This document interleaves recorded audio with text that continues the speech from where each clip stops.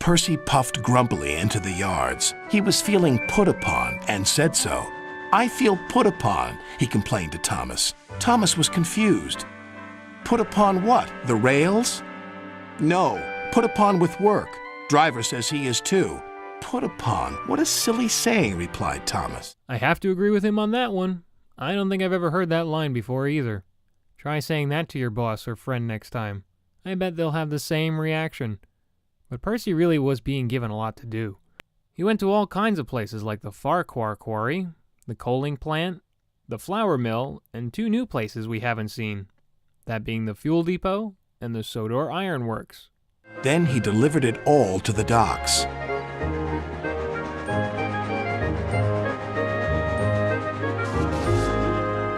Next, he collected some empty freight cars. "Who's this dirty little engine?" cried the freight cars. "We want Thomas or Duck." Okay, really? Do these trucks not know who Percy is by now? Or is it because they're always getting moved around from one place to another that they don't remember? But yeah, by the end of the day, Percy was no longer clean. He was covered from smoke box to bunker in everything he collected. Then again, Annie and Clarabelle haven't looked that clean as of late either. "We can see what's been put upon you," said Thomas. "Silence," said Sir Topham Hatt. "Percy, you've done a good day's work. Now get a good night's rest." "Yes, sir. Thank you, sir." Nice to know Top Hat stuck up for Percy. Not even Thomas was kind enough to back him up. I don't know, recently Thomas hasn't been that caring for Percy. And we've actually had a good number of episodes about him too.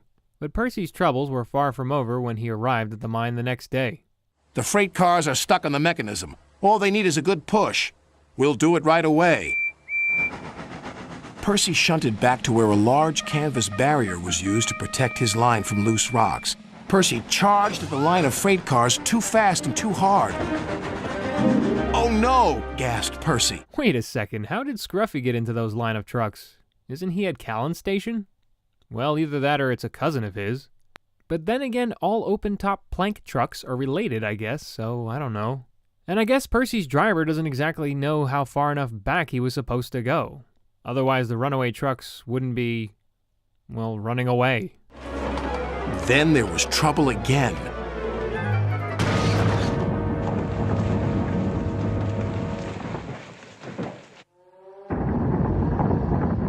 "Get out of here fast! The mine's collapsing!" Oh my gosh, Percy and your crew, what have you done?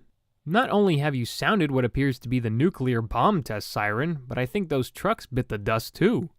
Especially faux Scruffy, or real Scruffy, I don't know which. If the mine is collapsing, forget about recovering anyone or anything now. And things only got worse from there. The tracks beneath Percy began to sink, and an avalanche began simultaneously. Holy crap, this is a serious problem. But there was one last ray of hope left. "There's a canvas barrier by the track. That might save us." They were just in time.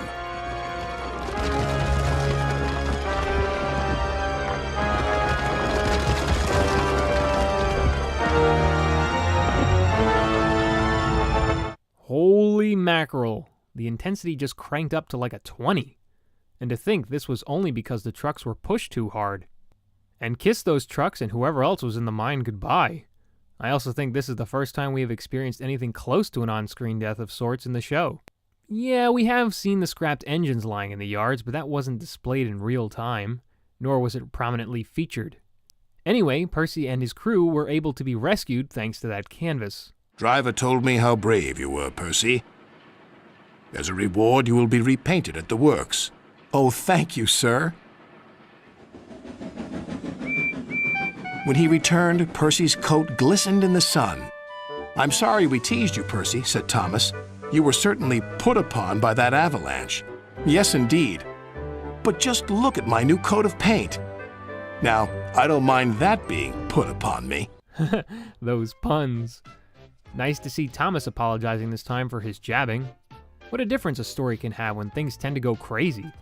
Now, although there was no specific moral to this story, I think Percy did learn about acting quickly in emergencies and just working hard in general pays off at some point.